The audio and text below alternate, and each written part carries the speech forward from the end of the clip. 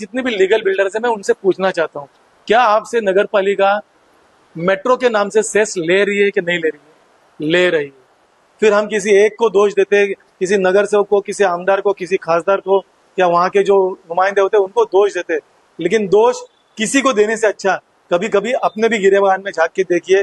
आप देख रहे हैं पब्लिक मुद्दा। श्री भगत जी, आज आपके घर पे हमारी प्रेस कॉन्फ्रेंस आपसे हो रही है और सबसे पहले तो आपको मैं गणपति बप्पा की शुभकामनाएं दे रहे हैं कि आपके घर में विराजमान है।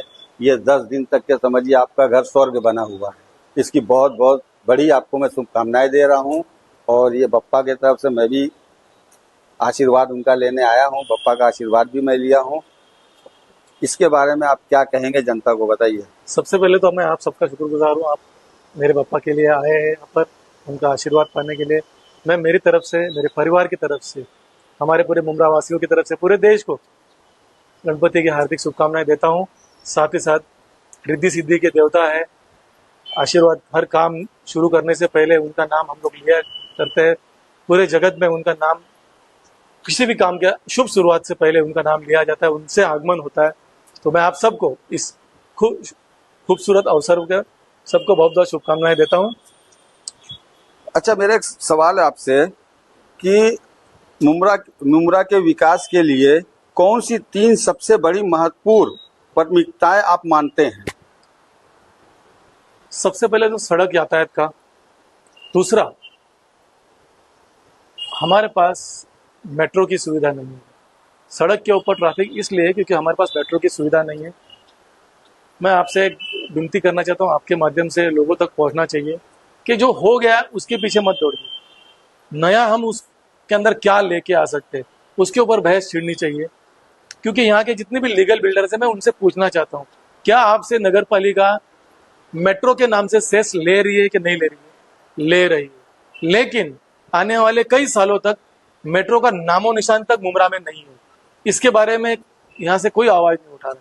मैं आपसे दरख्वास्त करना चाहता हूँ कि अभी हॉस्पिटल तो आपको मिल गया है, आधी सड़क मिल चुकी है, उसको पूरी होनी चाहिए।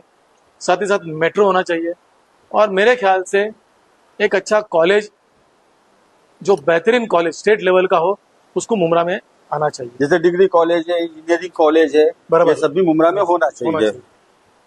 मुमरा के अंदर जल आपूर्ति, कचरा, घन कचरा, सड़क जैसी बुनियादी सुविधाओं को बेहतर बनाने के लिए आपके पास कोई योजना है अभी? मैं आपको बताना चाहता हूँ, जब मैं संजय नगर में नगर सेवक था, मैंने रास्ते बड़े किए ताकि हर कोने तक पानी पहुंच सके। कचरा उठाने के लिए घंटा गाड़ी पहुंच सकती है। एक जमाना था जब घंटा गाड़ी हर चौराहे में, हर नुक्कड़ में, हर गली में आती थी, वो आज इस बार दिख नहीं रही है। उसके सुधार के लिए हमको आगे बढ़ना चाहिए। और मैं खास आपके माध्यम से मैं जनता से अपील करना चाहता हूँ कि शॉर्टकट का रास्ता मत अपनाइए। खिड़कियों में से, दरवाजों में से जो गंदगी आप फेंकते हो वही गंदगी आप तक वापस आपकी जान लेने के लिए आती है। उस एक सेकंड के लिए आप सोच लीजिए कि जो चीज आप नालों में फेंक रहे हो वो नालों में जाके जाम होती है। फिर हम किसी एक को दोष देते, किसी नगर सेवक को, किसी आमदार को, किसी खासदार को, या वहां के जो नुमाइंदे होते हैं उनको दोष देते। लेकिन दोष किसी को देने से अच्छा कभी कभी अपने भी गिरेबान में झांक के देखिए कि हम जो कचरा फेंक रहे हैं वो हम कहाँ फेंक रहे हैं। पिछले कुछ सालों से मुमरा के अंदर आप किस किस चुनौतियों का सामना किया आपने सर जी? जब मैं देखता हूँ मुमरा के अंदर तो ट्रैफिक का आज सबसे बड़ा मसला अपने सामने खड़ा है। घन कचरा, जो कचरा है, उसका एक बहुत बड़ा मसला है। साथ ही साथ हम एक तरफ पहाड़ है, दूसरी तरफ हमारे यहाँ खाड़ी है, तो जो पहाड़ी पानी आता है उसको जाने के लिए कोई रास्ता नहीं है, तो वो हमको ले डूबता है। ये जो 3 मसले हैं ना आज के तारीख में, जो बैकलॉग के हैं, नए नहीं, जो पिछले मसले हैं, इसको हमको सुधारने की जरूरत है। और आप नगर सेवक के रूप में इसका हल निकालने के लिए आपने कुछ लेटर वगैरह या कुछ ऐसा सम्मान वगैरह आगे बढ़ाया? बताना चाहता हूँ कि जब हम लोग नगर सेवक थे उस वक्त हमने घन कचरा और घंटा गाड़ी का इजाद की थी। घंटा गाड़ी जो होती थी आज भी है, लेकिन उस पैमाने पे नहीं है कि वो हर गली, और हमारे वक्त में एक वार्ड के अंदर कम से कम 10 घंटा गाड़ी होती थी।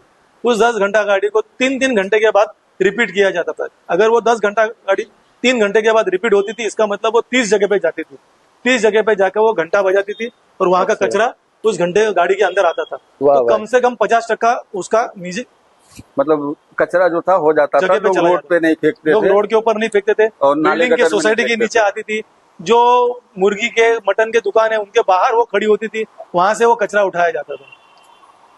मुमरा में हाल ही में कुछ ऐसा विकास कार्य हुआ है आपके, मतलब आपकी क्या राय है उसमें, जो विकास कार्य उसमें आपकी क्या राय है? मुमरा में कुछ हाल ही जो में विकास हुआ है?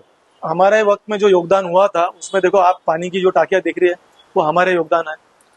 जो आज ये कंक्रीट रोड देख रहे हो, जो रेती बंदर से लेके तो तौसा तक जो रोड है उसको आप देख लीजिए, जो कंक्रीटाइजेशन हुआ था।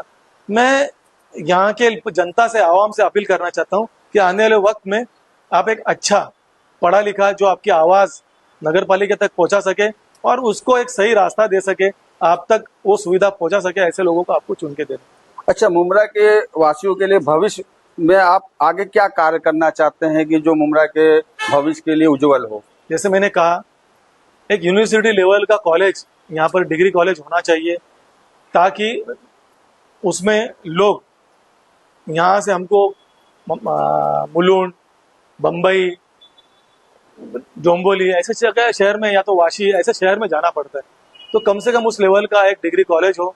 साथ ही साथ यहाँ की जो अभी पिछली जो सरकार है, उन सरकार से मेरा निवेदन है कि एक मेट्रो की सुविधा, आज भी हमको रिक्शा के बलबूते पे या और किसी के भरोसे पे इस इलाके में रहना पड़ता है। थाना से पनवेल तक मेट्रो की सुविधा हो जाए तो यहाँ का मसला बहुत बड़ा हल हो सकता है।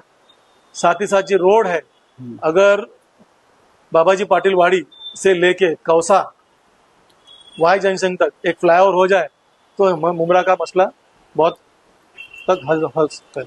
अच्छा, मुमरा में बढ़ती आबादी और अनियोजित विकास की चुनौतियों से निपटने के लिए आपकी क्या राय है? चुनौतियां ऐसे कौन से शहर है जहाँ चुनौतियां नहीं है? आप थाना शहर है और उसमें बढ़ती आबादी भी है। और बम्बई है, आप देखो, बस इसका नियोजन सही से होगा। और मेरे लोगों से भी दरखास्त है कि इस नियोजन के अंदर आप उसके अंदर अपना सहयोग दे, ताकि हम अगर गलती ना करें तो सामने वाले को हम उंगली उठा सकते हैं, लेकिन अगर हम ही गलती करेंगे तो हम सामने वाले पर क्या सुविधा के लिए मांग कर सकते हैं। अच्छा, आखिरी सवाल मेरा यह है कि मुमरा के अंदर ट्रैफिक और प्रदूषण की समस्याओं को कम करने के लिए आप कौन से कदम उठा रहे हैं? अब जो भी चुनाव आएगा इसके बाद हमारे जो कदम है वो उस दिशा में होंगे। मसलन रेलवे, आप देखते रहेंगे रोशनी के पास जो ब्रिज है फास्ट ट्रैक का, वो अब रोड के हिसाब से बहुत छोटा पड़ रहा है। मेरी इस सरकार से दरख्वास्त है कि वो उस ब्रिज को डबल किया जाए, ताकि जो ट्रैफिक जाम होती है यहाँ पर, खास करके शैलेश नगर और ठाकुरपाड़ा के बीच में जो ट्रैफिक जाम होती है उससे हमको निजात मिले।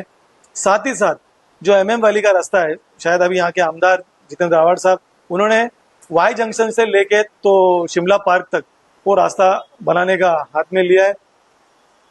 अल्लाह उनको जल्दी कामयाबी दे और मुमरा को उस ट्रैफिक से निजात मिले। साथ ही साथ एक हॉकर्स लोगों को अलग से एक मार्केट बनाकर दे दीजिए, ताकि उनका भी मसला हल हो जाए।